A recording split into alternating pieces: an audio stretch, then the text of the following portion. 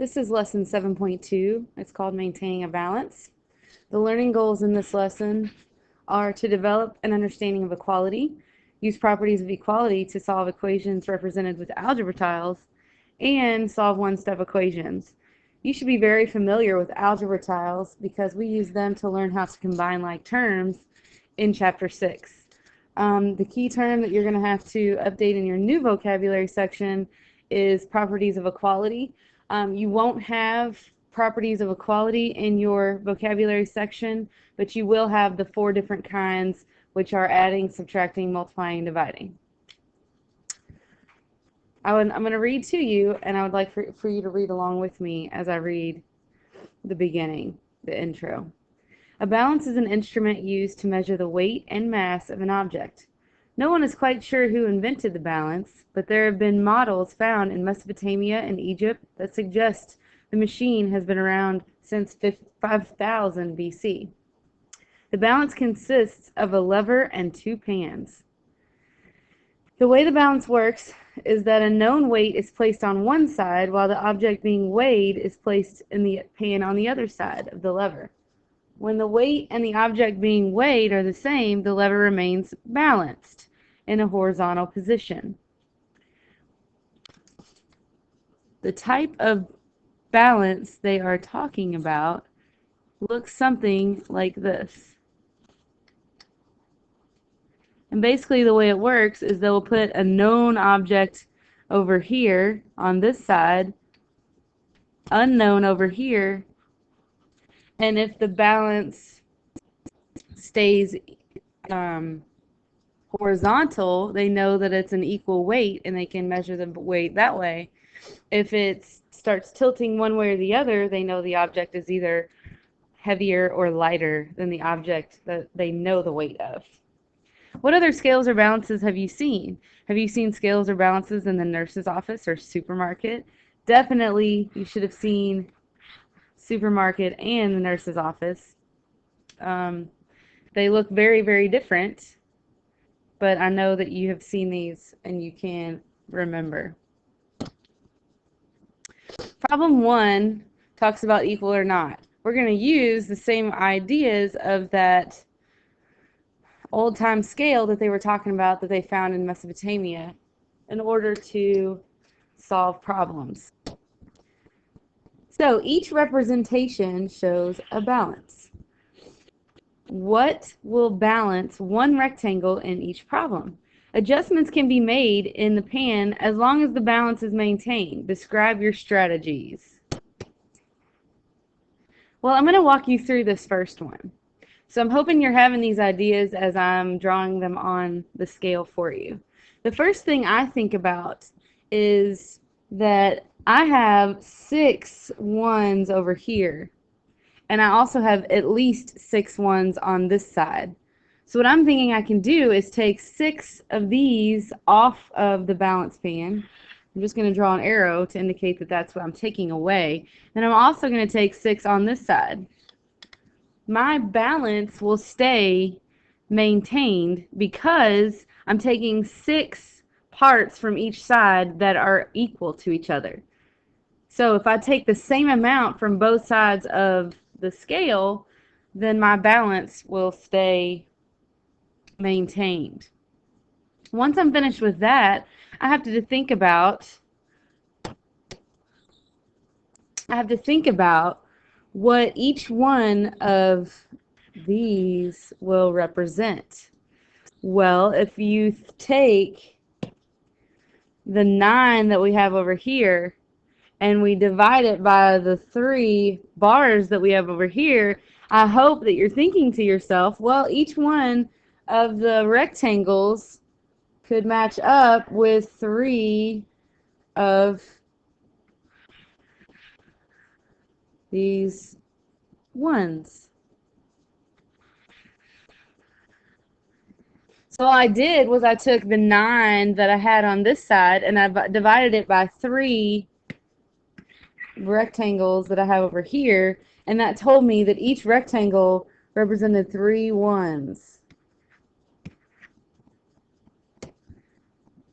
So going back to the beginning, when I describe my strategies, the first thing I want to do is what we did first, and that was I took 3, or I guess maybe I should say subtracted. So let me start that again. I subtracted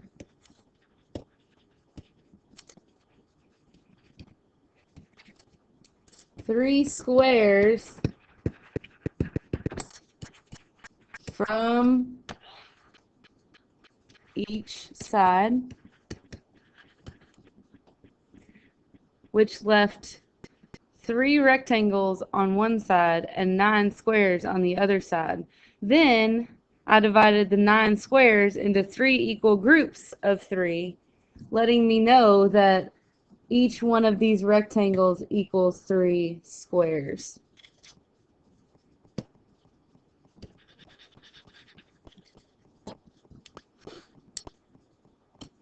So that is completing out the answer for problem 1A. Let's move on to problem 1B. I'm going to walk through one more problem with you. Sorry about that, technical difficulties. I'm going to walk through one more problem with you, and then I'm going to let you do C by yourself and then check your answer. So hopefully you're thinking to yourself, well, I have 3 squares on this side and at least 3 squares on this side, so I can take 3 from both sides. So let's do that first.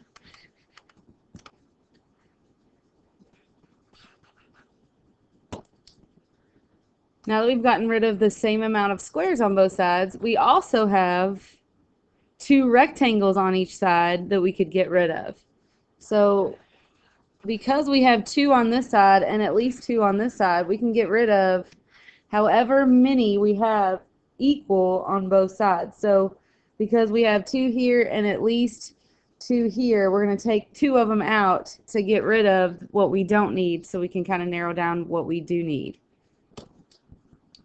Now we are left with 3 rectangles on this side and 12 squares on this side.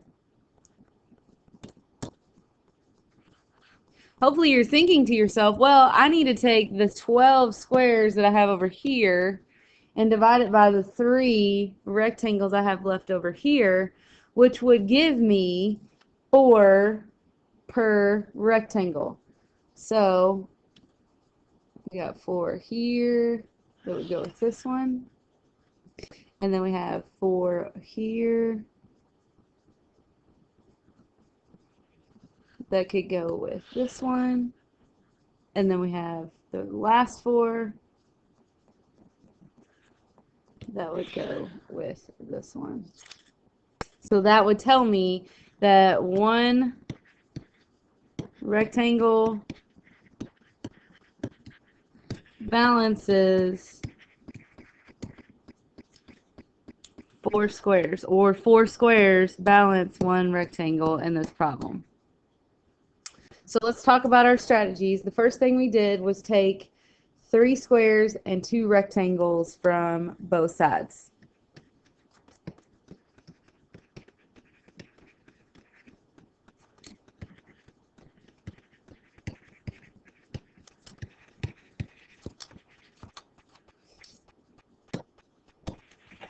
Three squares and 2 rectangles from both sides.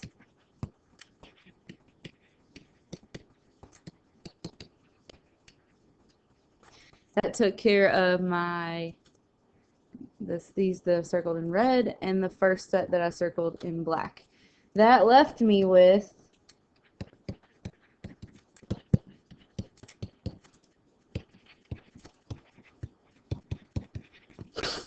3 rectangles on one side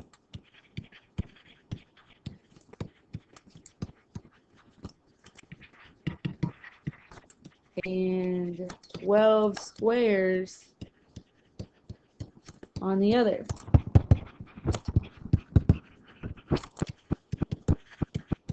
So then we divided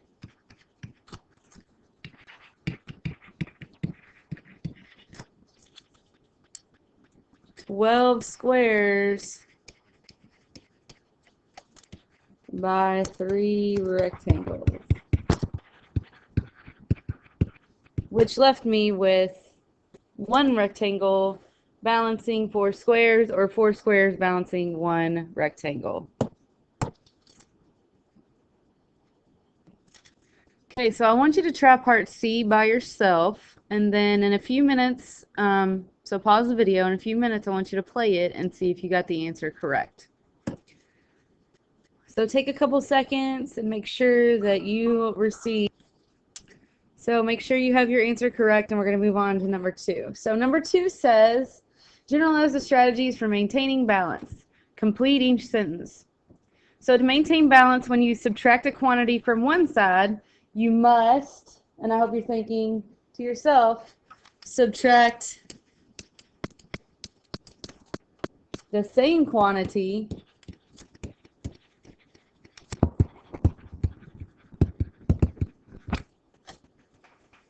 from the other side.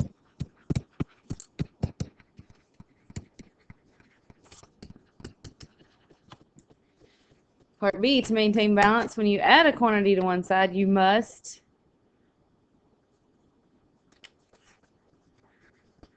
add the same quantity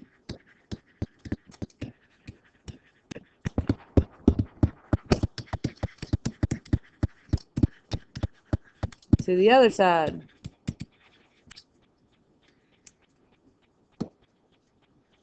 To maintain balance, when you multiply a quantity by one side, you must multiply the same quantity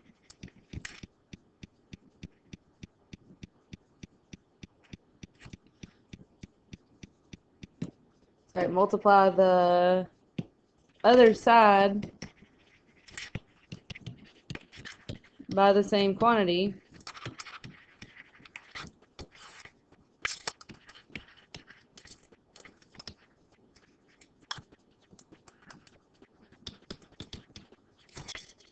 And then lastly, hopefully you're getting this by now, to maintain balance, when you divide a quantity by one side, you must divide the other side by the same quantity.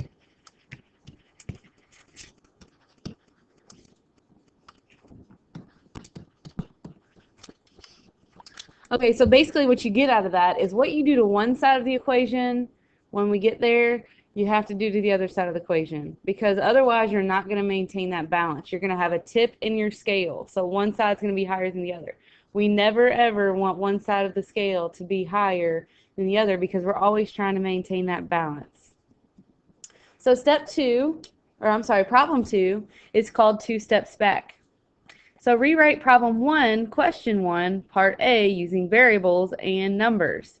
Let a rectangle equal x and a square equal 1 unit. You should be very familiar with this, because I've taught you how to use algebra tiles using, or trying to combine like terms. When I taught you how to combine like terms, we use these algebra tiles. So I'm going to give you a second to go ahead and think about that. And then I want you to play the video and make sure that you get your equation written out correctly. So hopefully your equation reads this, because we had 3 rectangles and 6 squares on one side, and then we just had 15 squares on the other side. So we're going to apply the same skills that we used to balance our scale in problem 1. We're going to apply those skills to problem 2 as well. So it says, describe how the strategies you use to determine what balanced one rectangle can apply to the equation. Determine what balances x. So we know that x equals a rectangle, so basically we're doing the same process, just in a different way. So the first thing we did to start to balance our scale in problem 1 was to subtract 6 from both sides. So the first thing you can write down, I subtracted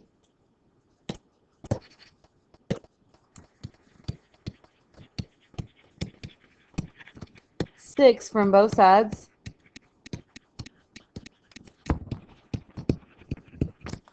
Okay. So we're going to subtract 6 from both sides. All right, then that leaves us with 3x equaling 9. The next thing we did was we divided 9 by 3. So we had the 9 squares left that we divided into 3 equal groups because we wanted to know how much each of those rectangles, what they stood for. So because we had 9 squares, we divided them into 3 groups because we had 3 rectangles, and we found that each rectangle equaled 3 squares.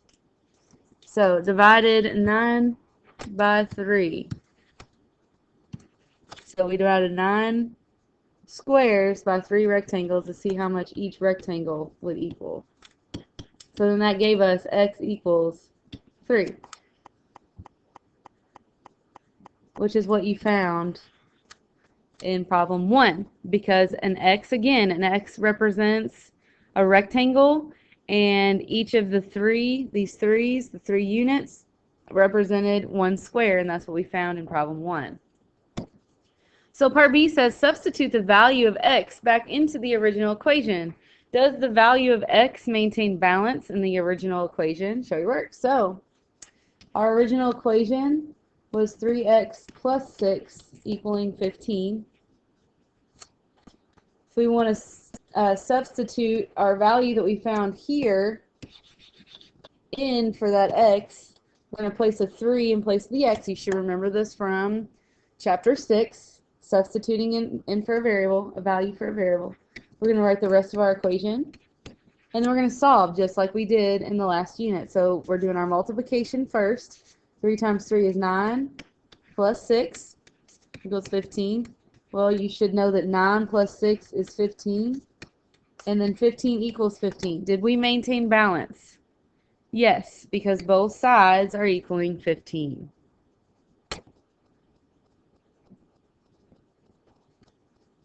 Okay, so this says we just solved a two-step equation, which we did.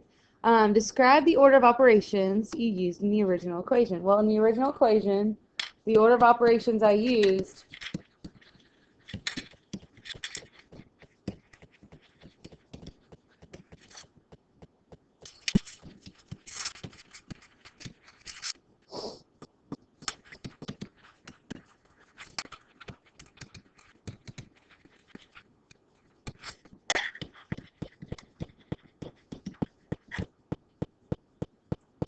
for multiplication and addition. Compare the way you solve the equation to the order of operations in the original equation. Well, I'm going to give you a few minutes to go ahead and think about that and then come back and see if you get the correct answer. Okay, so you should have gotten something like this because basically what we did was we performed the inverse operations.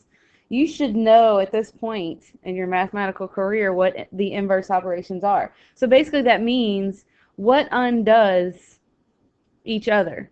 So if I add 3 to undo that, I'm going to have to subtract 3. That's why addition and subtraction are inverses.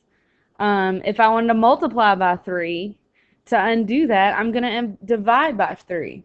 That's why multiplication and division are inverses. If I subtracted 3, in order to undo that one, I would have to add 3. And if I divided by 3, in order to undo that, I would have to multiply by 3. That's why all of those different operations work together, and they can undo each other, and that's how we can solve equations. So now we're going to get to actually solving these equations. And first, we're going to write a sentence to describe how to apply inverse operations to solve each equation. Then we're going to solve it. So basically, we're going to talk through the equation, and then we're going to solve it. So one thing to remember when solving equations is to always do addition or subtraction before you do multiplication or division. So in this problem A, I see that this is multiplication, so I'm not going to do that first because I also have subtraction. In order to undo subtraction, I have to add because that's its inverse. So to get rid of this negative 15 or subtracting 15, I'm going to add 15.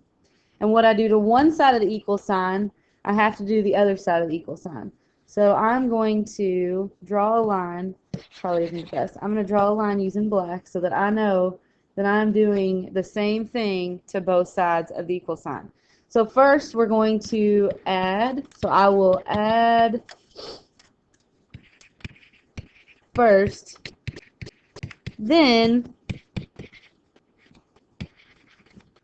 I know that this is multiplication, so in order to undo that multiplication, I'm going to have to divide. So I'm going to add first, and then I'm going to divide. So the first thing we said we were going to do is to get rid of that 15 is we're going to add 15 to both sides. Once we add 15, well, everybody in the room should know that if you have subtracting 15 and then adding 15, that leaves you with 0. So this 15 is now gone from this side. And we're going to subtract over here 61 minus 15. I meant to say 61 plus 15, not minus 15. So 61 plus 15, because we're adding it on this side, we must add on this side. So 51 plus 16 is, or 15 is 76. So we have 76 on this side, and then we have 4x on this side. So we've done our first step, which said I will add first. So we added 15 to both sides of our equal sign. So that gave me 76 on this side and 4x on this side. Now we're going to divide, because that's what it says we needed to do next. So we're going to divide by whatever is next to this variable. So the 4 is next to the variable, so that means I'm going to divide by 4. 4 over 4 is 1 whole, or 1. So 1x, which you should know at this point that you don't necessarily have to have that 1 there. So it's just x. And then 76 divided by 4 gives me 19. So 1x equals 19, or just plain x equals 19, because we don't need that 1 there. So now that we have a value for x that we think is the value that we need for x, we're going to go ahead and plug that back into our original equation to see if it works out. So we said x equals 19. So I'm going to put that back in place of x to see if it equals what we think it should. So 4 times 19 gives me 76. And then 76 minus 15 gives me 61. Did we maintain our balance? Yes, we did. It is always very, very important to check yourself once you think you have the correct answer for x, because we all make simple mistakes, and that's an easy way to catch your mistake before you turn in the wrong answer. I'm going to let you try parts B and C, and then just come back on to check yourself in a few moments. So right here I have listed the correct answers. That is not what I want to see in your book, though. You need to have all of your work shown and your answer check. This is just so that you can see if you're on the right track. Same with part D. Here is the answer. Make sure you check yourself. For number 3, we're going to solve each riddle and we're going to show our work. So we're getting into some word problems. What is a number that when you multiply it by 3 and subtract 5 from the product, you get 28? We're going to let x represent the number you are trying to determine. So from what's written, we need to come up with an equation. So it says a number multiplied by 3. Well, to me, when I say a number multiplied by 3, well, it says let x represent the number. So we're going to say 3 times some number. So a number, we don't know what it is, multiplied by 3. Well, we know if a number is placed next to a variable, that means to multiply. So we have this part taken care of. So we have a number multiplied by 3, and then subtract 5 from the product. Well, you know that the answer to a multiplication problem is called a product. So we're going to say minus 5. So we have 3 times a number minus 5, and then you get 28. So 28 is what it's going to equal. So we're going to say equals 28. That is my equation. Don't let word problems throw you off or get you worked up. You just have to, divide it into smaller pieces and come up with what you think it should be. So we have a number times 3 multiplied by 3, and then we're subtracting 5, which is stated here, and then you get 28. That's what it equals. I'm going to go ahead and let you solve it, and then I want you to see if you got the right answer. So when you solve this problem, x equals 11. If you didn't get this correct, you may see me or a master of this in the classroom to help you out with it. I'm going to go ahead and post up the answers to B and C so you can check yourself. Actually, just B. So you can check yourself, and then if you are finished and you feel good about this, I need you to go ahead and move on to the skills packet that I gave you at the beginning of the unit. So here is the answer to part B. Part C is to make up your own riddle for your partner to solve. I want you to do that and find someone to solve your riddle for you. And then again, like I said, go ahead and move on to the skills packet. Any questions, please come and ask me. I'm sorry, one more thing you have to complete is the talk the talk on the next page. That's where you will find all of the different properties of equality that you need to update in your vocabulary section.